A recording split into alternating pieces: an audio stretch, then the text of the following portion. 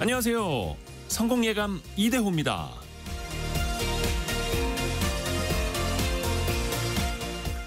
수많은 만남 속에서 무시와 거절을 당하고 가까운 사람에게도 말 한마디로 인해 상처를 입기도 합니다. 마음은 나뭇잎처럼 매일같이 바람에 흔들리고 때로는 가지처럼 꺾여버리기도 합니다. 경제적으로도 인간관계에서도 언제든지 어려움을 마주할 수 있죠. 중요한 건 그 속에서 우리가 어떤 태도를 유지하느냐일 겁니다. 그래야 내일을 준비할 수 있고 꺾이지 않는 마음을 가질 수 있겠죠. 이슬람 수피 격언 중에 이런 말이 있다고 합니다. 자신을 으깨는 손에도 향기를 남기는 꽃처럼 되어라. 자신이 짓밟히는 순간에도 좋은 태도를 유지할 수 있다면 그 향기는 천리를 가고 어려움 속에서도 내면의 성장을 이뤄낼 수 있을 겁니다. 성공예감 이대호입니다. 시작합니다.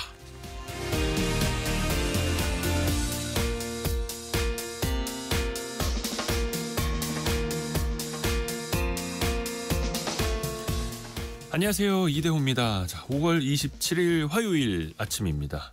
장경민님, 김선호님, 1913님, 이정환님 일찍부터 벌써 또 KBS 콩 또 문자 메시지로 출석 체크해 주셔서 감사드립니다. 오늘 또 다 같이 토론도 하고 상식도 키워가 보시죠. 원탁의 기자들 KBS 기자들과 토론 함께하는 날이죠.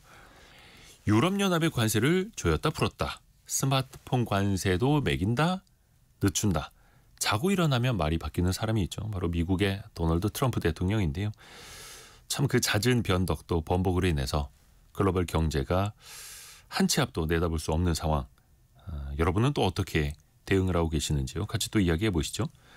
또 동네에 보면 참 고개만 돌려보면 작은 카페 하나둘씩이 계속 보입니다. 그런데 그 커피업계에도 높은 물가 상황 때문에 이 어려운 상황을 가격 인상으로 또 대처하는 곳이 늘어나고 있는데요. 없던 키오스크가 등장을 하고요. 배달하지 않던 대기업들도 커피를 배달하기 시작을 했습니다. 커피업계 상황까지 두루두루 한번 같이 살펴보시죠. 오늘의 경제상식 퀴즈도 나갑니다. 법안의 별칭인데요. 법안의 별칭을 맞춰주시면 됩니다. 파업한 노동자에게 회사가 너무 큰 금액의 손해배상을 요구하지 말자. 이런 내용인데요. 이 개정안이 과거에 국회를 통과했었는데 대통령이 거부권을 행사하면서 시행은 되질 않았죠. 이번에 대선을 앞두고도 이재명 민주당 후보는 노동자의 권리를 지키기 위한 최소한의 법이다라면서 지지하는 입장을 밝혔는데요. 김문수 국민의힘 후보는 불법 파업을 부추길 수 있다며 또 반대를 하고 있고요. 지난 2014년이었습니다. 쌍용차에서 해고된 노동자들에게 시민들이 이 색깔의 봉투를 보내면서 유래가 됐죠. 5글자 법안 이름을 맞춰주시면 됩니다. 정식 이름은 노동조합 및 노동관계조정법 개정안인데 요거를 저희가 정답으로 내드리면 이건 너무 어렵죠. 보통 5글자로 축약을 해서 부릅니다. 앞에 색깔이 들어가고요. 빨간불, 파란불 아니고 요 색깔. 그래서 어떤 봉투 관련된 법인지. 5글자입니다. 짧은 문자 50원, 긴 문자 100원이 드는 샵 9730이나 KBS 콩이 열려 있고요. 추첨을 통해서 다양한 선물 보내드리고 있습니다. 또 KBS 콩과 유튜브를 통해서도 언제든지 다시 들으실 수 있고요. 성공예감 이대호입니다. 자주 검색하시면 성공이 가까워집니다.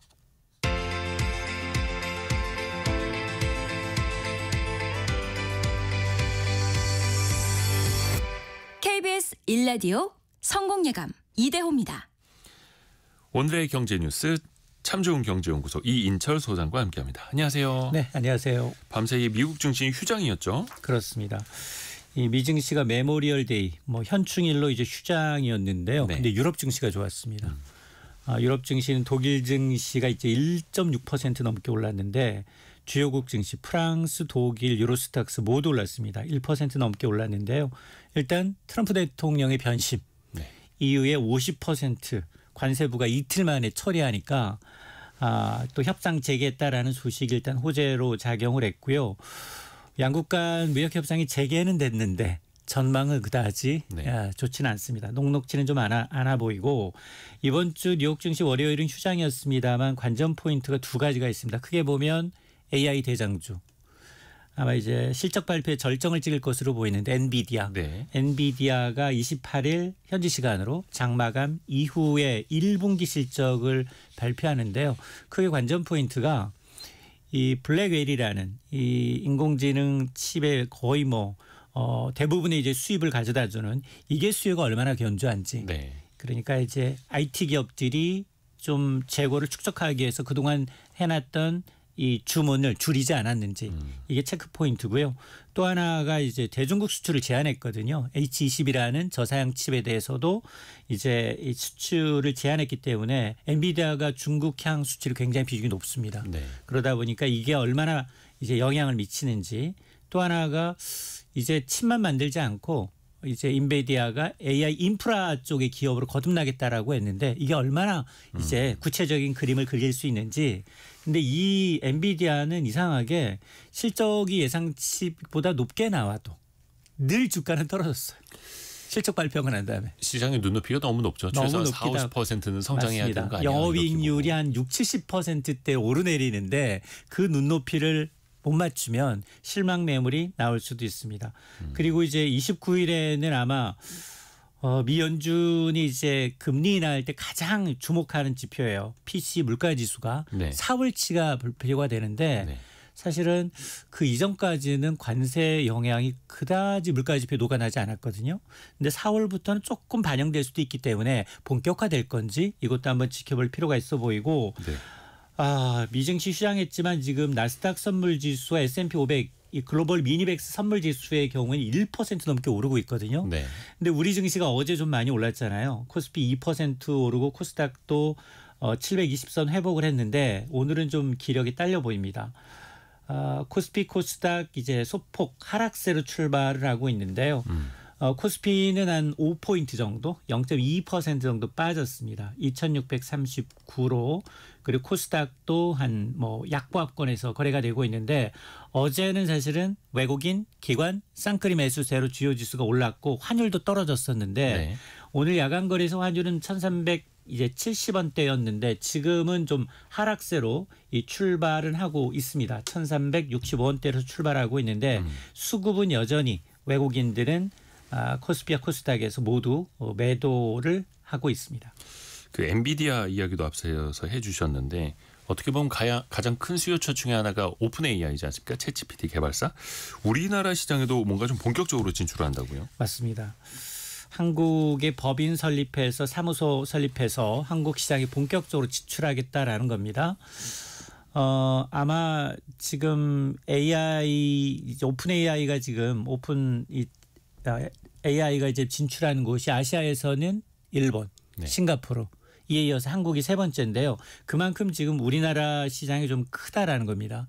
현재 이 챗GPT, FNA는 이제 5억 명 이상의 주간 활성자 수 기록하고 있고 200만 명 이상의 유료 이제 기업 고객을 확보하고 있는 상황인데 한국의 이 현황을 봤더니 챗GPT 유료 구독자 수 기준 미국에 이어서 세계 두 번째로 네. 유료 구독자 수가 많고요.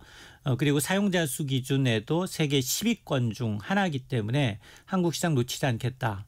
그러면서 이제 한국의 이제 시장성을 굉장히 높이 해본 게 반도체부터 소프트웨어에 이르기까지 AI의 전 영역을 아우르는 이제 생태계가 잘 갖춰져 있고 그리고 학생부터 노년층까지 다양한 세대가 AI를 일상적으로 활용하고 있다. 그러면서 AI 선도국이어서 이번 법인 설립과 함께 이제 인력을 채용하는 것으로부터 시작을 해서 본격적으로 이제 한국 내 사업을 확장하겠다라는 계획입니다. 아무래도 우리나라 사람들이 이제 신기술 빠르게 받아들이고 바로바로 또 적용을 하다 보니까 시장이 크다고 보는 거겠죠. 또 오픈 AI가 한국형 모델을 개발하는데도 같이 협력한다면서요, 이제? 맞습니다. 지금 그 오픈 AI가 이제 한국 법인 설립을 공식 발표하면서 한국형 AI 개발을 적극 협력하겠다라는 의지를 표명을 한 겁니다. 사실 이 챗GPT의 국내 점유율이 72%에 달한다고 합니다. 그래서 아마 이 오픈AI가 이제 이 유료 구독자 신청으로 해서 2위 세계 2위인 걸 이제 감안해서 이제 한국 시장에 대해서 공략을 하는데 특히 정부하고도 협업을 통해서 AI 전략이라든가 컴퓨터 인프라 구축에 대해서 협력할 계획임을 밝힌 건데요. 특히 이제 데이터 센터나 AI 컴퓨터 인프라 부분에 있어서는 뭐 정부 이외에도 기업과의 협업 가능성도 언급을 하고 있습니다. 뭐 오픈AI는 뭐 카카오부터 시작해서 크래프톤과 같은 국내 이제 B2B 시장 네. 공략에도 나설 예정인 것으로 알려지고 있는데 다만 이러다 보니까 사실 국내 업계에서는 AI 어떤 자립 생태계 기술 주권을 외국 기업이나 타국한테는 좀 내주지 않겠다, 의존하지 않겠다라는 이제 자립에 대해서는 오히려 좀 우리 기업들이 설 자리가 좀 줄어드는 게 아니냐라는 우려가 나오고 있는데요. 어쨌든 오픈AI는 지금 한국 정치권하고도 이제 밀접하게 지금 물밑 접촉을 하고 있어서 지금 AI 법제화부터 인프라 투자 공약이 이어지는 상황인 걸 감안하게 되면 네. 상당히 전략적 진출이 빨라질 것으로 보입니다. 그러면서 또 국내 업체들의 LLM이라든지 그 AI 기반의 모델들을 또 개발하려는 노력은 또 게을리 돼서는 안 되겠죠. 그리고 이제 여름 휴가철이 다가옵니다. 제주도 가면 비용을 너무 많이 쓰게 된다. 때로는 바가지도 쓴다. 이런 좀 인식이 있지 않습니까? 제주도가 좀 이미지 탈피해 놨었다고요. 맞습니다. 이 바가지 관광지라는 이미지를 벗기 위해서 이제 지금 단체 여행 객을 대상으로 현금 인센티브를 지급하는 정책을 추진하겠다, 시작하겠다라는 건데요. 제주도 의회가 이제 최근 관광객 유치 인센티브 지급의 법적 근거를 마련하는 조례 개정안을 가결했습니다. 이렇게 되면 이제 수학여행, 동호회, 자매결연 단체 등에는 최대 600만 원까지 여행 경비를 지원한다고 하는데요. 예를 들어서 이제 20인 이상 자매결연 단체 방문할 경우 1인당 3만 원씩 네. 최대 600만 원까지 또 수학여행의 경우는 학교당 최대 100만 원까지 지원하는 내용을 포함하고 있습니다. 지금 이 정책은 최근에 불거졌던 이제 바가지 요금 논란 등에 따른 이제 대응책이기도 하고 네. 민간협의체와 함께 적정 가격 설정과 친절 서비스 확대 등도 함께 추진한다고 하는데 다만 이게 지금 일각에서는 세금으로 여행 경비를 보조하는 것이 맞느냐, 세금 낭비가 아니냐라는 우려인데요. 그리고 이제 오는 9월 말부터 10월 초 황금 연휴 기간에 한시적으로 추첨 행사가 진행되다 보니 사실 바가지 상수를 단속해야 되는데 세금으로 여행 경비를 이제 지원한다. 이게 지금 올바른 해법이냐를 두고서도 좀 논란이 있습니다. 또 외국인들도 우리나라 많이 좀 찾아야 우리의 무역 수지 적자도 좀 개선이 될 텐데요. 외국인들이 우리나라 찾아와서 어떻게 돈을 좀 많이 쓸까요? 최근에 이제 한국을 찾는 외국인 관광객 수가 늘고는 있는데 네. 근데 실제 관광 수입과 소비액은 역성장 줄어들고 있습니다. 사람은 많이 오는데 돈은 맞습니다. 안 쓴다. 올 1분기 동안 한국을 방문한 외국인 관광객 수는 약 387만 명이어서 네. 역대 최다를 기록했던 2019년보다는 소폭 늘어났습니다. 근데 문제는 관광 수입 1인당 소비는 1년 전에 비해서 각각 24%씩 줄었습니다. 네. 4분의 1 정도 돈 씀씀이가 이제 감소했다라는 얘기인데요.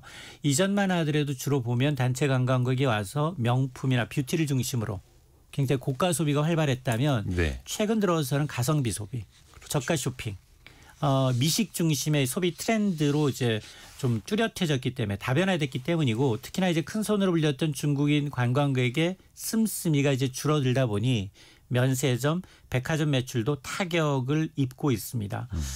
실제로 1분기 외국인의 면세점 매출은 2019년의 절반에도 못 미치는데요. 그럼 일본은 어떠냐?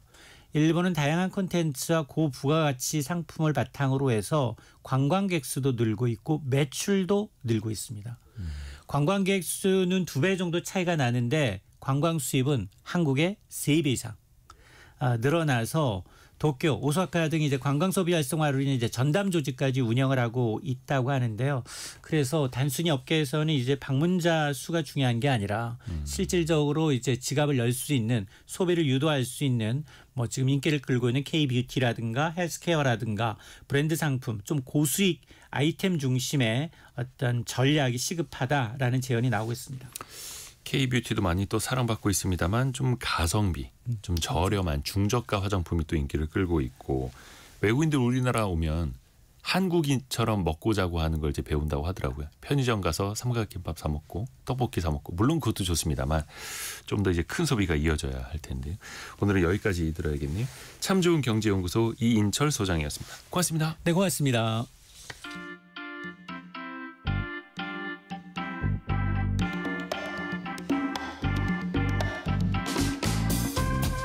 지금 여러분께서는 KBS 일라디오 성공예감 이대호입니다를 듣고 계십니다.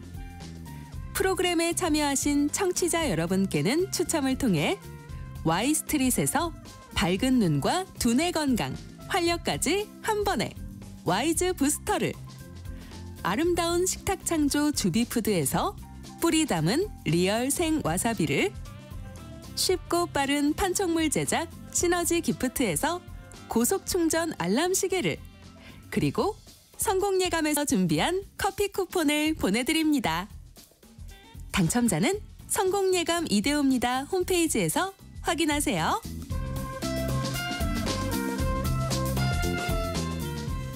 원탁의 기자들 K 만나보시죠. KBS 김준범, 서영민, 석민수 기자 함께합니다. 안녕하세요. 안녕하세요. 오늘 새벽에는 별거 없었죠. 트럼프 대통령 뭐 또 말 바꾼 거 없었죠. 항상 이거 그러게요. 눈 뜨면은 체크부터 해야 됩니다. 아직 기사가 없습니다. 서운하게 새벽에 좀 조용하셨네요. 그런데 어제는 뭐 하나 또 뒤집었었어요. 그렇죠? 특히 유럽연합에다가 그로부터 한 이틀 전에 이거 협상이 잘 안 된다. 관세 협상이 지지부진하다. 유럽연합에 한 50% 정도 관세는 물려야겠다. 내가 이거 지시하는 걸 검토하겠다라고 했다가 어제 아침에 이거는 뒤집었던 거죠. 그 사이에 뭔 일이 있었습니까? 뭐 그 대통령의 속마음은 사실 누구도 알 수는 없고요. 네. 추정을 해보건데 예. 이제 트럼프 대통령의 언어로 트럼프 대통령이 최근에 그 본인의 SNS 트루스 소셜에 그렇게 올렸죠. 내 방법으로 게임을 하겠다. 이 말은 해석해 보면 지금까지 관세를 유예하고 협상하는 거는 내 방식이 아니었다. 아마도 뭐 스콧 베센트라든지 상대적으로 미국 월가와도 친한 상대적으로 좀 온건파의 말을 좀 들었는데 그러니 안 되겠어 애들이. 네. 그러니까 유럽 애들이 막 기어 오르려고 해. 내 방식대로 하겠다라고 하면서 50% 관세 얘기를 꺼냈다가 그 말이 나오자마자 스콧 베센트 미국 재무장관이 또 수습했어요. 이거는 협상용이다라고 하면서 또 다시 7월 9일로 연기를 했는데 네. 뭐 뭔가 지금 미국의 뜻대로 잘 안 풀린다라는 걸 시사하는 게 아닌가라는 제 생각은 제 해석입니다. 무슨 근거가 있는 건 아니고. 근데 7월 9일이 그 상호관세 유예 기간인데 한 달밖에 남지 않았기 때문에 사실 국가 간의 협의의 일반적인 프로토콜을 생각하면 얼추 뭐가 좀 나와야 돼요. 근데 그게 잘 안 나오니까 트럼프 대통령 입장에서는 좀 조바심이라든지 혹은 압박 전력을 꺼내야겠다라는 그런 상황 전개를 보여주는 시사가 아닌가로 해석합니다. 뭐 우리나라도 포함이 됩니다만 그 상호관세 유예를 90일간 했는데 그게 얼추 절반이 지나가서 이제 한 달 반 정도밖에 안 남았어요. 사실은 모든 나라들이 저 협상 먼저 할 필요 없어라고 아주 심플하게 이해하고 있습니다. 실제로 그렇고 처음 협상하면 가장 시범타로 두드려 맞는다라는 걸 알고 있거든요. 스콧 베센트는 이 양반이 한 말은 빨리 하면 빨리 하는 그 프리미엄이 있다. 동맹은 동맹에 대해서 어드밴티지를 준다. 빨리 하자 했지만 아무도 안 했어요. 그런데 결국 영국이 했죠. 네. 영국이 하면서 사실 세계가 약간 놀랐습니다. 왜 영국은 왜 이렇게 빨리 했지? 라고 생각했는데 사실은 알고 보니 영국은 미국에 수출하는 게 별로 없는 거예요. 그러니까 오히려 미국이 흑자를 보는 몇 안 되는 나라. 그래서 영국은 흔쾌히 네. 그 뭐 철강 관세 오케이, 무슨 관세 오케이. 어차피 우리 수출 안 하니까. 그러면서 받아준 거고 영국은 오히려 금융 차원에서 이쪽에서 부가가치를 올리는 거의 뭐 산업이 별로 없는 나라이기 때문에 그게 가능했고 유럽 같은 경우는 보니까 사실은 유럽의 산업이 죽었다 하지만 산업만 상품만 놓고 보면 미국을 향해서 굉장한 흑자를 보는 지역입니다. 뭐 한 2천억 달러 이상 우리나라보다 뭐 하여튼 굉장히 많은 그 흑자를 보는 나라이기 때문에 상업 수지, 상품 수지, 경상 수지의 흑자를 줄일 수 있는 정책이 상당히 어려워요. 이걸 줄이겠다고 하면 어떤 특정 나라가 피해를 보기 때문에 그 유럽에 있는 어느 나라가 피해를 보기 때문에 유럽 연합 차원에서 협상하기도 힘들고 피해를 볼 나라가 협상을 하기도 우리나라와 마찬가지로 힘듭니다. 그래서 이게 협상이 쉽지 않습니다. 그런데 트럼프는 쉽다고 생각한 거죠. 유럽연합 내에서는 뭐 제조업이 강한 나라, 낙농업이 강한 나라 다 다르기 때문에 네, 이를테면 뭐 철, 자동차 아니면 뭐 기타 기계 부품 이런 거 강한 나라가 다 다릅니다. 그래서 좀 어렵죠. 그런데 시계는 째깍째깍 흘러가고 있고 7월 초면은 어찌 됐든 간에 상호관세 유예 시점도 끝나게 됩니다. 그 사이에도 엄청난 일이 더 유예할 생기겠죠. 수도 있죠. 뭐 사실. 그러게요. 모르죠. 가봐야 하는 거긴 합니다만 네, 또 네. 은근히 또 협상이 잘 되고 있다라면서 뭐 9월까지 연기 또 이럴 네. 수도 있는 거고요. 7월 9일이 이제 만료되는 나라들이 정말 많아요. 제가 한번 찾아봤더니 네. 정말 거의 세계에서 제가 생각나는 나라들이 거의 망라돼 있을 정도로 많은데 지금 EU 같은 경우에는 뭐 30여 개국이 있으니까 그 합치면 어마어마한 숫자인데 사실 7월 9일까지 그 협상을 미국이 또 다 할 수 있느냐? 우리는 또 그렇게 생각하지 않죠. 그다음에 트럼프의 말은 갈수록 이제 신뢰를 잃어가고 있고 이런 식으로 협상하는 게 또 하루 이틀이 아니니까 당장 우리나라만 해도 7월 9일까지 협상을 하기에는 6월 3일에 정부가 들어서잖아요. 네. 6월 4일에 정부가 들어서잖아요. 네. 그러니까 이게 뭐 상당히 불가능하다 이런 게 좀 누구나 예측할 수 있을 것 같고요. 그렇죠. 뭐 한 달 사이에 뭐 물론 이제 지금도 관세 협상은 한미 간에 이어지고는 있다고는 합니다만 시간이 또 촉박한 측면도 있고 이제 약간 산업적인 측면에서 또 아예 기업을 대놓고 콕콕 집어서 언급을 하고 있습니다. 트럼프 대통령이 대표적으로 스마트폰을 언급하면서 애플과 삼성전자를 바로 직격을 했어요. 그러니까 이게 그 내용을 언어 그대로 보면은 미국 외에서 생산하는 스마트폰에 관세 25%를 물리겠다는 네. 거고요. 이건 결국 좀 굉장히 아이러니한 것은 보통 우리가 자동차 관세는 미국 안에서도 자동차를 만들죠. 뭐 네. GM, 포드. 그리고 미국 외에서도 들어오는 자동차가 있고 그러니까 들어오는 미국 입장에서 수입하는 자동차에 관세를 매기면 네. 미국 안에서 만드는 자동차가 상대적으로 싸지기 때문에 미국이 자국 기업을 지원하는 효과가 분명히 있어요. 원래 그게 관세죠. 그렇죠. 스마트폰은 재밌는 게 뭐냐면 미국 안에는 스마트폰을 만드는 공장이 단 한 개도 없습니다. 0개예요, 0개. 네. 그러면은 관세를 매긴다는 것은 애플도 지금 중국에서 인도에서 만들어서 미국으로 들어오는 거잖아요. 네. 전 세계에서 모든 스마트폰에 관세를 매기는 거기 때문에 미국의 스마트폰 기업을 밀어주는 게 아니에요. 그냥 미국의 소비자만 고통스럽게 하는 거거든요. 그러니까 그 관세의 목적을 배신하는 관세입니다. 이거는 관세라는 것은 외국 기업의 철퇴를 가해서 자국 산업을 밀어주자는 게 전통적인 관세인데 이거는 자국 기업인 애플도 외국에서 만든단 말이에요. 그러니까 이걸 매기면 진짜로 정말로 매기면 도대체 왜 관세를 하는 거냐라는 말이 나올 수밖에 없는 관세이고요. 그러다 보니까 이미 시장이 학습을 한 것 같아요. 사실 애플이나 삼성의 그 주력 상품에 25% 관세를 매긴다고 하면 시장이 출렁해야 되거든요. 네. 어제 삼성전자 주가는 올랐습니다. 물론 대폭은 아니지만 0.91% 정도 올랐고요. 오늘도 미미하게 0.34 정도 빠지고 있습니다. 어제 미국 증시는 휴장이어서 애플 증시는 뭐 움직이지 않았지만, 그러니까 미국 트럼프 대통령의 저 발언은 또 그냥 며칠 있다가 달라지겠거니라고 해석해버리는 이미 관성이 생겨버린 것 같습니다. 최근 애플 주가도 네. 좀 무던해지고 있죠. 근데 다만 네. 서영민 기자. 그렇기 때문에 이 아이폰 모든 미국 국민들이 거의 손에 들고 있는 하나의 기계입니다. 이 전화를 국산화하는 건 정말 어렵습니다. 사실 팀 쿡이 CEO인데 팀 쿡이 CEO가 된 이유도 스티브 잡스의 눈에 들었던 이유도 공급망을 그러니까 이 부품을 어디서 조달해서 어디서 조립해서 어디로 수출하면 가장 애플에게 이익일 거야.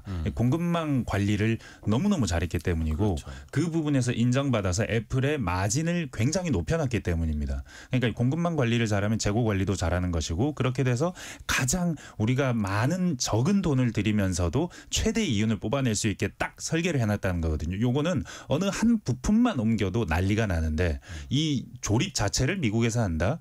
이건 뭐 거의 뭐 지금 현재 가격에 뭐 지금 뉴스에도 나왔지만 지금 200만 원 하는 게 300만 원, 400만 원 할 수 있다라고 얘기를 하거든요. 네. 그 정도로 달라지는 건데 다만 트럼프 입장에서 보면 이런 것마저 미국으로 옮겨오면 그러니까 정말 안 될 거야 안 될 거야라고 했던 것마저 미국으로 옮겨오면 어마어마한 자기 정책 효과가 홍보 효과가 생긴다. 그렇기 때문에 아이폰은 안 돼라고 제껴놓으면 그러면 옆에서 그러겠죠. 나도 안 돼. 나도 안 돼. 근데 트럼프가 계속해서 아이폰에 대해서 아이폰도 와야 돼. 아이폰도 와야 돼라고 말하면 그 자체가 파급 효과를 낳을 수 있고 다른 기업들에게도 너네도 예외는 안 돼가 될 수도 있고 만약에 조금이라도 아이폰은 아니더라도 에어팟이라도 뭐라도 네. 뭐 조그마한 액세서리라도 하나 미국 안에서 생산한다라는 소식이 나기만 한다면 엄청난 정책 홍보 효과를 노릴 수 있다. 그래서 트럼프가 놓지 않는다 애플을. 사실 스마트폰. 네, 성민수 기자. 네, 사실 이게 그 과거의 사례가 있어요. 네. 찾아봤는데 그 유해 사례가 있더라고요. 14년 전에 2011년에 당시 이제 스티브 잡스가 살아 있을 때 네. 버락 오바마 미국 대통령이 당시 미국 대통령이 이제 빅테크 CEO들이랑 만나서 네. 그 스티브 잡스한테 아이폰을 미국에서 좀 만들 수 없겠냐고 했는데 잡스가 그때 이런 이야기는 거절을 했어요. 그러고 난 다음에 이제 결국에는 뭐 옮기지는 않았지만 그 이드맨가의 그 컴퓨터를 만드는 공장을 미국에 하나 만들었어요. 그 미국에서 생산을 시작했어요. 그래서 이제 뭐 그걸로 조금은 만회가 되지 않았었나. 뭐 아까 서영민 기자가 얘기한 대로 그런 뉴스가 나오게 해서 뭐 여론을 돌리는 데는 도움이 됐겠지만 과연 그러면 애플이 컴퓨터 생산 라인을 다 옮긴 거냐? 지금 보면 그것도 전혀 아니거든요. 그때도 그냥 요식행위에 불과했는데 좀 정치적으로 뭐 그런 걸 얻고자 하는 게 아닌가. 그러면 과연 이제 삼성과 애플이 어떤 선택을 할 거냐인데 관세 추가로 25%를 매긴다 한들 만약에 미국에다가 제조 공장을 세우고 그 공급망 부품들 공장들까지 다 미국으로 데려오고 그럼 그 원자재비랑 인건비 올라가는 거랑 따져보면 관세 25%가 더 싸다고 느끼진 않을까 이런 생각도 듭니다. 경제적으로는 옮길 이유가 전혀 없습니다. 왜냐하면 아까도 말씀드렸지만 미국의 시장에서 관세를 안 맞는 상품과 관세를 맞는 상품이 경쟁하면 관세를 맞는 기업이 조바심이 나지만 지금은 미국 안에 생산된 스마트폰이 0개이기 때문에 다 똑같이 25%를 맞는 거예요. 그렇게 하면 어차피 다 똑같이 비싸지는 거니까 물론 뭐 관세를 안 맞는 것보다 기쁜 일은 아니지만 상대적으로 덜 조바심이 나는 거고요. 만약에 트럼프 대통령의 임기가 40년이면 가야죠. 공장 다 뜯어서 가야죠. 어떻게 하겠습니까? 근데 트럼프 대통령의 임기는 4년이잖아요. 네. 그 공장 설계하고 딱딱 지으면 임기 끝날 거거든요. 거의 그렇죠. 굳이 그걸 갈 이유가 있겠느냐. 공장 지금부터 짓기 시작을 해도 트럼프 임기 얼추 끝날 텐데. 아니 그러면 되지 않을까요? 공장 부지를 알아보고 있다라고만 해도 한 2, 3년 보낼 수 있을 것 같은데. 땅을 사기만 해도 될 것 같은데. 근데 또 다른 사례들 보니까 무슨 뭐 이제 첫 삽을 떴다라고 해서 관세 없애주는 것도 아니고요. 자동차 부분 보면. 그 반도체도 그렇습니다. 삼성전자 지금 텍사스에 공장 짓고 있고 거의 지었지만 안에 기계를 들이지 않고 있어요. 거기서 생산할 수 없기 일감도 때문에. 별로 없고. 그러니까 그 시간을 보면 이미 삼성전자가 텍사스에 공장 짓기 시작한 게 4, 5년 이 정도 됐거든요. 그렇게 생각해 보면 뭐. 그러니까 애플하고 삼성이랑 똑같은 처지고 그러면 누군가는 과연 반사 이익을 볼 것이냐. 뭐 중국 업체들이 있습니다만 그렇다고 해서 중국 스마트폰은 관세를 안 매길 거냐. 이것도 아니지 않습니까? 중국이 반사 이익을 보는 것만큼은 절대 미국이 보려고 하지 않을 것 같고요. 다만 현재 점유율이 얼마 안 됩니다. 미국 시장에서만 몇 퍼센트, 한 자릿수 %밖에 안 됩니다.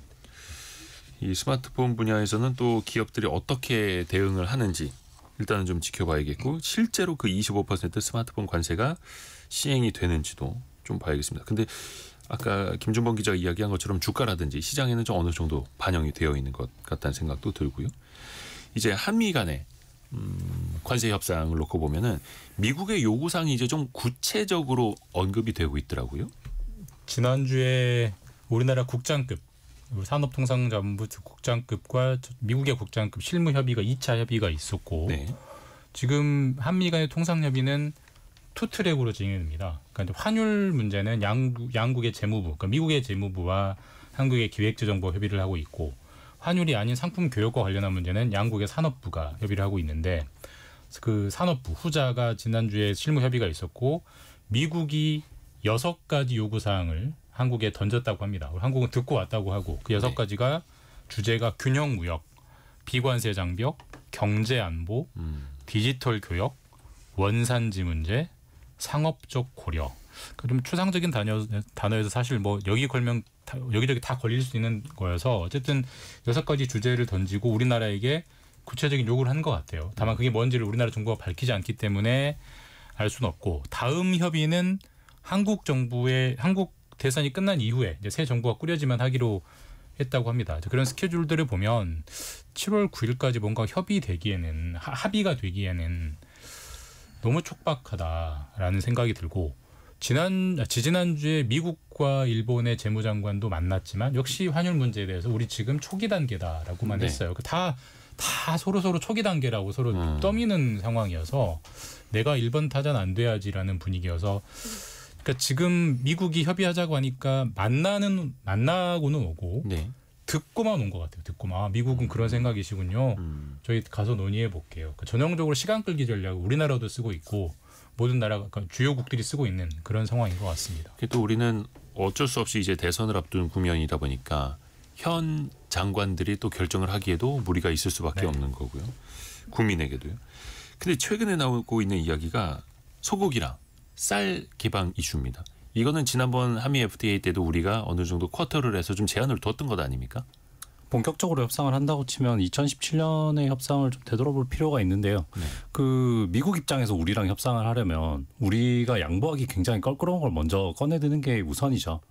그러니까 이제 우리는 뭐 농업이라는 게 사실 경제적으로 평가가 되는 게 아니라 좀 더 정치적인 부분도 좀 강하게 평가가 되기 때문에 2017년에도 농업 부분에서는 양보가 안 된다. 그러니까 이제 의약품과 자동차에서 좀 양보를 하겠다. 큰 틀에서 봤을 때는 이렇게 협상을 했던 건데 미국이 이제 지금도 쌀과 소고기를 얘기를 하는데 과연 이제 새로 들어서는 정부가 이걸 양보를 할 것인가 말 것인가를 먼저 정하겠죠. 그러고 난 다음에 지금 테이블에 올라 있는 게 또 그때와 같이 의약품이 있고 자동차도 있기는 한데 지금 최근에 좀 주목해서 볼 거는 그 이번에 얘기한 걸 보면 디지털 교역. 그러니까 우리가 이제 플랫폼 규제가 전 정부에서 하려다가 실패를 했고 지금 이제 새로운 플랫폼에 대한 규제를 하냐 마냐가 또 새 정부의 이슈가 될 텐데 그거에 대해서 미국은 이제 그 빅테크를 규제하지 말아라 이렇게 얘기를 하고 있죠. 그러니까 관세보다는 비관세, 관세가 아닌 영역에서 너희들 규제 같은 걸 좀 철폐해라 이런 식으로 또 요구할 수 있다는 거죠. 그러니까 어떻게 보면 우리가 무역적인 측면에서 보면 자동차도 그렇고 첨단 제품에 대해서도 그렇고 거의 미국과는 관세가 없는 상황 아닙니까? 이게 아무래도 뭐 그 상품에 대한 관세를 아니면 상품을 미국으로 수출을 못하게 뭐 하려는 것보다는 그리고 특히 미국의 상품이 한국에 수출되게 하는 것보다는 상품이라고 하는 것이 자동차 떠오르는데 자동차가 한국에서 이게 관세가 아무리 낮아져도 경쟁력이 없어요. 지금 관세가 없는데도 안 팔리잖아요. 미국 차를 사는 사람이 많지 않습니다. 링컨 잠깐씩 지나가다 보는 것 같고 캐딜락 정말 가끔 보는 것 같고 미국 차는 없어요. 독일 차예요. 뭐 미국 차 타시는 분들도 네. 있습니다만 네. 관세가 없더라도 네. 그렇게 경쟁력 네. 있는 차종은 아니라는 그러니까 거죠. 다른 걸 노리게 되는데 우리나라에서 디지털 시장을 한번 보세요. 검색 시장은 네이버가 여전히 가지고 있습니다. 미디어 시장도 마찬가지고 디지털 시장에서는 우리나라가 우리 소울번 그러니까 주권 디지털 포털 같은 것들을 다 가지고 있어요.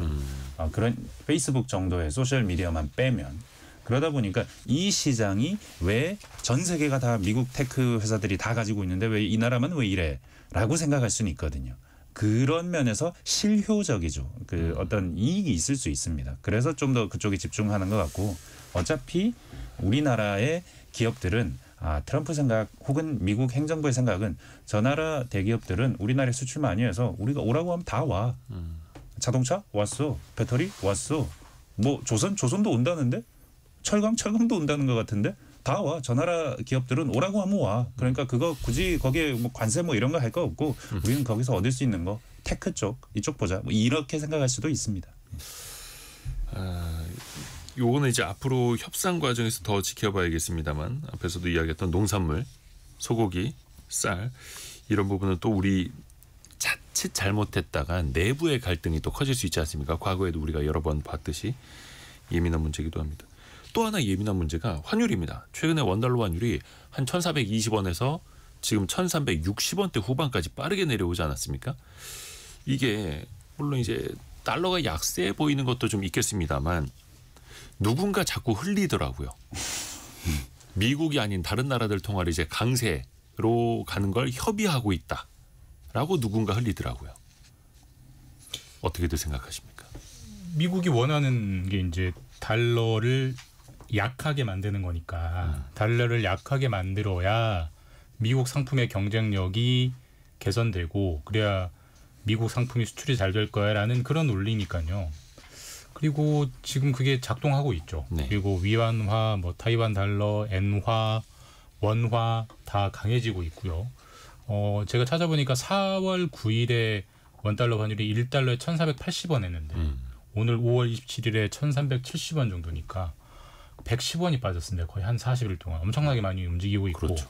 근데 다만 지금은 우리 입장에서는 아직 부담스러운 정도는 아니에요. 사실 작년 계엄 전후로 너무 많이 올랐기 때문에 환율이 환율이 너무나 뛰었기 때문에 원화가 너무 약해졌기 때문에 이 정도로 회복되는 것은 여전히 과거 평균값보다 꽤 높아서 아직까지는 우리나라 환율이 너무 강해져가지고 뭐 수출에 지장을 줄 정도 그런 건 아니고 오히려 수입 물가가 좀 싸지는 그러니까 마이너스보다 플러스 효과가 많은 측면이 있기 때문에 현재까지는 괜찮은 것 같고요. 다만 여기서 이제 사실 뭐가 뭐보다 강하다 약하다는 기준을 어떻게 잡느냐의 문제인 거잖아요. 미국이 1달러의 원화의 적정 환율을 1,200원으로 본다면 지금은 여전히 원화가 너무 싼 거니까 더 원화를 강하게 만들라고 막 쪼을 거고 그거를 기준으로 한 1,350원 정도라고 본다면 이미 기준점에 와 있는 거예요. 사실 미국이 보는 기준점이 어딘지를 모르기 때문에 우리가 판단하기는 어렵지만 적어도 지금은 작년 10월 수준으로 돌아간 거거든요. 그러니까 아직까지는 어떻게 보면 우리 입장에서는 미국 덕분에 잘 된 측면이 좀 있는 상황입니다.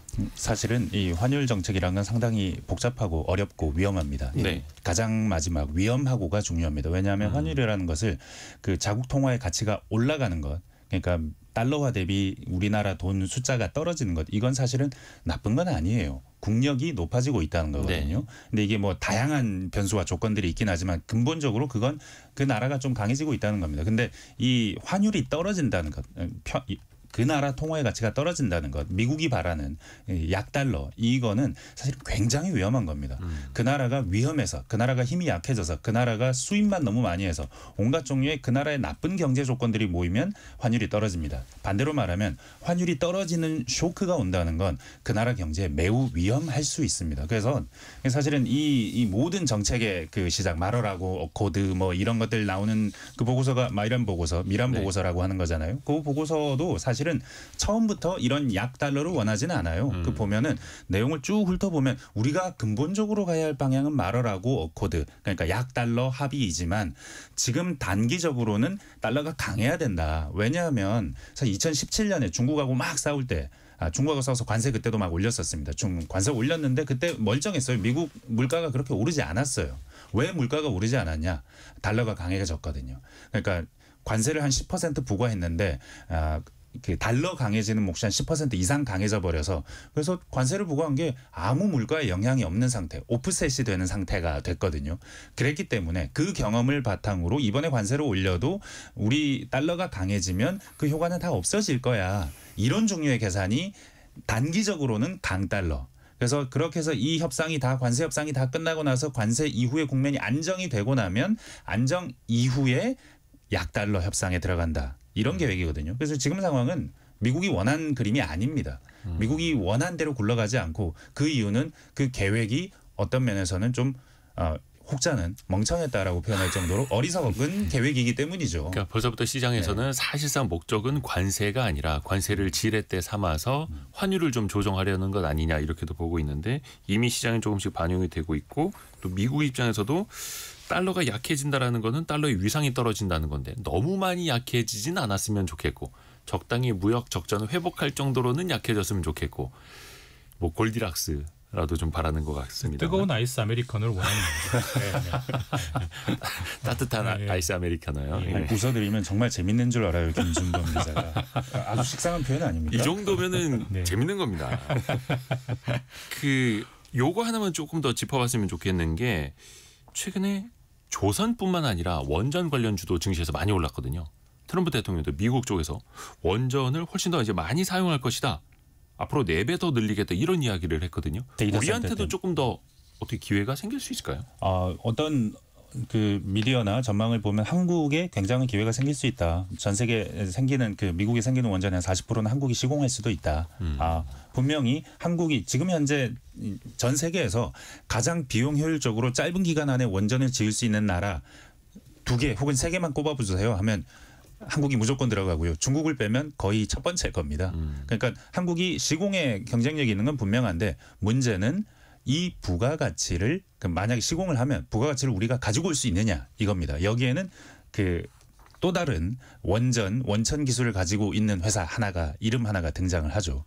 이 회사가 가지고 있는 그 원천 기술 특히 이 회사가 뭐 지금은 캐나다 사모펀드가 가지고 있다고는 하는 것 같은데 여튼 미국의 기반을 둔 회사거든요. 그러다 보니까 이 회사에 부가가치가 많이 들어가고 우리는 시공하고 나서 영업이익 정도 보장받는 수준의 공사를 하게 된다면 그게 큰 이익이기는 어렵죠. 협업을 통해서 그러니까 좋게 말하면 협업이고. 우리 원전이 이제 APR 1400이라고 하는 그 우리 원전의 그 원천 기술을 갖고 있다는 노형이 사실 그 서영민 기자가 얘기한 웨이스팅하우스라는 그 미국 기업에 그걸 따왔다. 그래서 뭐 이게 누구한테 기술이 있느냐 뭐 이래서 지금 체코에서도 아직 본계약을 못 하고 좀 문제가 되고 있는 상황인데, 근데 이제 그 뭐 미국 시장에 팔려면 좀 더 그 챌린지가 훨씬 더 많은 견제가 들어오겠죠.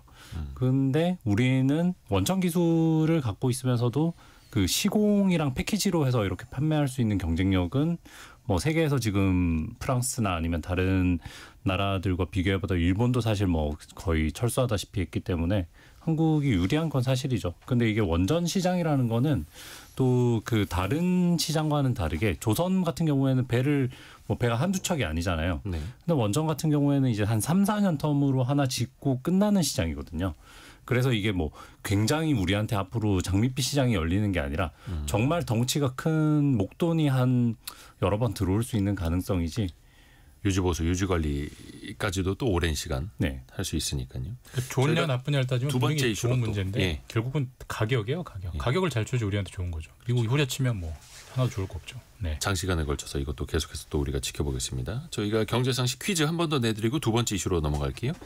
대표적인 노동 관련 법안입니다. 일명 이봉투법 이렇게 부르는데요. 하청과 원청 간의 불균형 그리고 특수고용 노동자의 권리 보장 등을 해결하기 위해서 만든 거고요. 특히 파업으로 생긴 피해에 대해서 기업이 과도한 손해배상을 청구하는 관행을 제한하고자 하는 걸 담고 있죠. 이게 과거에 2023년 11월에 국회를 통과했습니다만 당시 대통령이 거부권 행사를 하면서 시행은 되지 못하고 있습니다. 그리고 또 지금 대선 국면에서도 찬반 주장이 엇갈리고 있는 이 법의 이름은 무엇일까요? 4147님. 아기에게 노란 옷 입히고 문화센터 가는 길에 듣고 있어요라고 보내주셨네요. 아기들은 노란 옷이 참 예쁘죠. 비 오는 날도. 그리고 안진수님. 옛날에는 노랑 봉투에다가 월급 받았던 게 생각나네요. 사실은 노란 게 아니라 누런 봉투였죠. 이렇게 보내주셨고요.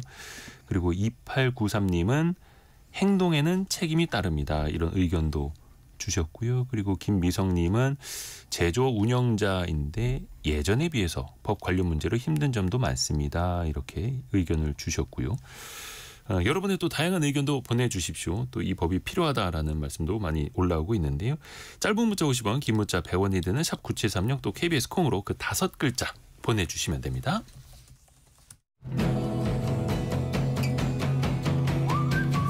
오늘의 움직임에 주목하고 세상의 흐름을 놓치지 않습니다. 여러분의 내일을 응원하며 성공의 열쇠를 함께 찾아갑니다. 성공예감 이대호입니다. 저희가 종종 커피 이야기를 하고 또 저가 커피 그 프랜차이즈 이야기도 한 적이 있거든요. 근데 최근에 보니까 커피 시장에도 양극화가 뚜렷해지나 봅니다. 지금 어떤 흐름입니까? 커피 시장에 이제 거의 포화가 온 것 같고요. 예. 포화에 따라서 포화가 됐다면 이제 뭔가를 걸러내야 되잖아요. 시장에 자연스러운 옥석 가리기가 시작된 것 같다. 네. 통계를 보면은 2018년도에 그 우리나라의 커피 전문점이 4만여 곳이었는데요. 예. 2019년에는 5만여 곳, 2020년에는 6만여 곳. 들어보시면 알겠지만 1년에 만 단위씩 바꿨습니다. 아유. 쭉쭉쭉 올라왔고 2023년에 9만 곳까지 올라왔고요. 그 패턴이면 2024년에는 10만 곳을 뚫었어야 되는데 작년에는 10만 곳을 못 뚫고 마찬가지로 9만 곳이었습니다. 그리고 올해 1분기에 최초로 통계낸 이래 최초로 작년보다 줄었습니다. 그러니까 이제 정점을 찍고 내려오는 상황이고요. 사실 커피라는 게 인구가 늘어야 많이 마시는 건데 한 사람이 하루에 뭐 20잔씩 마실 수는 없잖아요. 그러니까 사람들이 마실 수 있는 한계가 좀 오는 것 같고 그러다 보니까 이제 안에서 수익성 경쟁이 치열하게 일어나니까 지금은 아주 프리미엄이라기보다는 어쨌든 좀 고가형 커피와 저가형 커피만 살아남고 애매한 포지션은 좀 퇴조하는 것 같습니다. 그러니까 스타벅스와 뭐 메가 커피는 잘 나가고 있고요. 중간에 끼어 있는 입장이 뭐 이디야 커피라든지 이런 곳들은 좀 수익성이 급격하게 악화되고 있는. 결국은 포화에 따른 자연스러운 시장 자율적인 시장 조정이 일어나고 있는 거 아닌가 그렇게 보입니다. 이게 시장 자체적으로도 그렇고 어떻게 보면 불황형 소비. 아예 극단으로 나뉘는 거죠. 프리미엄을 찾거나 아예 싼 걸 찾거나 그 중간에 있는 건 사실 뭐 의류 패션도 마찬가지고 화장품도 그렇고 다 소비가 양극단으로 갈리더라고요. 근데 그래서 우리가 쉽게 또 싸게 즐겨 먹던 커피 믹스 같은 거 있지 않습니까? 사무실에서도 많이 이제 비치해놓고 먹는 거. 그것까지도 값이 오른다면서요. 그건 이제 그 사실 커피 시장이 지금 불경기의 영향도 받고 있지만 그 기후 변화 영향이 좀 크거든요. 그래서 이제 그 커피 원산지들을 보면 대략 고산지대들이 많아요. 콜롬비아나 아니면 뭐 이티오피아나 이런 그 고산지대들이 많은데 그게 이제 기온이 중요한 영향을 미치거든요. 근데 여기에 이제 기온이 올라가 버리니까 그다음에 지금 뭐 기후 변화라든지 아니면 그 지역적인 뭐 날씨가 안 좋다든지 이런 문제 때문에 그 원두 가격이 많이 올라서 2020년보다 작년 원두값이 아라비카 기준으로는 2배가 올랐으니까요. 이런 게 이제 믹스커피는 이제 로부스타라는 다른 원두를 쓰긴 한데 이것도 네. 가격이 많이 올랐어요. 그래서 이제 뭐 이 원가가 오르니까 어쩔 수 없이 좀 영향을 많이 받는 거죠. 그러니까 아라비카, 그러니까 고급 향을 내는 그런 원두뿐만 아니라 로부스타, 저렴한 커피 만드는 원두까지도 가격이 또 많이 올라서 이거는 업체들도 어쩔 수 없다라는 거고요. 다만 이제 업체들이 올린 이유 중에 하나가 환율 얘기를 많이 했었는데, 그러니까 1달러에 뭐 수입할 때 1,300, 1,400원까지 뚫어버리니까 당연히 달러 기준으로 수입을 하면 우리나라 국내 가격이 올라가잖아요. 근데 좀 전에 말씀드렸지만 환율이 다시 떨어지는데 또 이런 건 얘기 안 하거든요. 그러니까 그런 측면도 좀 근데 꼼꼼히 봐야 되는 건 있습니다. 제품이든 네. 상품이든 한번 가격을 네. 올려놓으면 그다음부터 절대 안 내리죠. 예. 환율 내려가고 원자재 비용 내려가도. 그래서 음식료 업체들도 마찬가지였던 거고요. 프랜차이즈들도 이 마진을 또 확보하기 위해서 매출을 조금 더 성장시키기 위해서 안 하던 전략들을 좀 펼치더라고요. 스타벅스가 재밌습니다. 요새 한 잔 마시면 한 잔 공짜로 주는 이런 이벤트를 했었거든요. 아, 1+1을 해요? 네, 1+1을 했었는데 그게 잠깐 이벤트인 줄 알았는데 이제 좀 뭐 거의 모든 매장을 확대할 것 같은 움직임이 있고, 그러니까 스타벅스조차 사실은 스타벅스 하면 우리나라에서 성장을 멈추지 않는 프리미엄 커피 브랜드의 대표 명사고 경쟁자가 없는 상태였습니다. 사실은 지금 메가커피, 컴포즈 커피 말은 하지만 스타벅스하고 근본적인 경쟁은 안 되는 시장에서 플레이를 하고 있는데, 근데 스타벅스는 그렇게 프리미엄 시장에만 머무는 회사인 줄 알았는데 이 회사가 1+1을 하네 라는 말의 뜻은 이 회사도 돈을 좀 더 벌고 싶네, 영업이익이 조금 율은 떨어지더라도 이익 자체를 늘리고 싶네, 이런 욕구 혹은 이 회사도 어렵나 하는 걱정, 이 두 가지를 생각해 보게 됩니다. 그리고 변화가 이제 스타벅스는 전통적으로 그 점원과 고객의 대면 이 소통이 기업 철학이었는데, 그래서 몇 번 고객님 계속 부르죠. 네, 시끄러운 데서. 소심요정님 뭐 커피 나왔습니다 그러죠. 그래서 진동벨, 예. 키오스크 이런 걸 안 했었죠. 하는데 이제 도입을 한다고 합니다. 이제 그건 이제 그동안의 본인들의 성장 전략으로는 더 이상 성장이 어렵다는 걸 이제 약간 자기 고백하는 것까지 약간 포화해 왔다. 그리고 새로운 좀 길의 모색이 필요하다는 거고, 뭐 그런 식으로 그다음에 우리 블루보틀이라고 좀 약간 고급 커피 있잖아요. 거기도 이제 배달을 도입하기도 하고요. 또 스타벅스가 최근에 재밌는 게 은행들하고 점포를 합칩니다. 은행도 점포 비용을 절감해야 되고 스타벅스도 점포 비용을 절감해야 되니까 은행이랑 스타벅스 매장을 합쳐버리는 거야. 그러니까 문 열고 들어가면 오른쪽에는 매장, 왼쪽에는 은행, 이런 것들도 나와요. 그러니까 그런 식으로 이제 살아남기 위한 비용 절감, 고육지책을 쓰는 거죠, 이제 전부 다. 은행에 커피 향이 나서 참 좋긴 하겠습니다만 문이 잠깐씩 열릴 때는 엄청 시끄럽겠네요.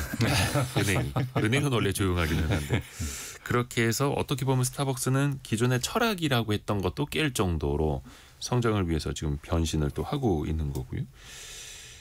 그 골목 상권에서는 특히 이제 커피 전문점 하시는 분들 거의 옆집에 커피집에 또 생기고 경쟁도 엄청나게 치열하고 때문에 폐업률이 더 높아지고 있는 현실 아닙니까? 또 그 전통의 그 중저가 커피의 대명사는 이디야 커피였습니다. 네.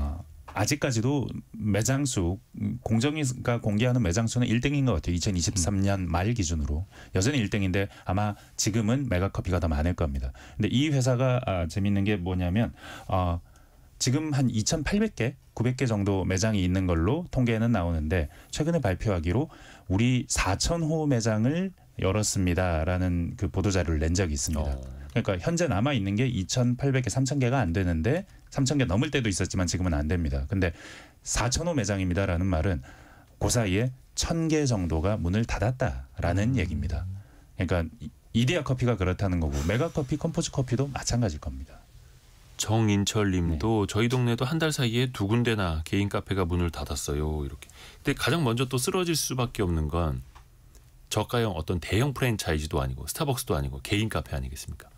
홀로 하시는 분들. 그러니까 이게 뭐 지금의 내수 부진, 뭐 소비 침체의 결과인데요. 다만 이게 좀 두 가지 측면이 있는데 경제가 선진화될수록 자영업의 비중은 줄어야 합니다. 모든 선진국이 그렇게 되고 그렇기 때문에 우리는 사실 그동안에 자영업이 너무 많았던 게 네. 우리나라 경제의 고질적인 문제여서 자영업이 줄어드는 거는 좋은데 그게 이제 자영업에서 일하던 분들이 다른 산업으로 활발하게 이직을 하고 그 옮겨가는 곳이 잘 돌아가면서 자영업이 줄어드는 거는 좋은 감축이지만 지금은 다른 데도 안 되고 자영업도 안 되면서 가장 약한 자영업부터 주는 거거든요. 이거는 충격이기 때문에 이거는 분명히 제가 볼 때 대선 이후에 새 정부에서 가장 신경 쓸 정책 중에 하나가 소상공인 생존일 것 같아요. 네.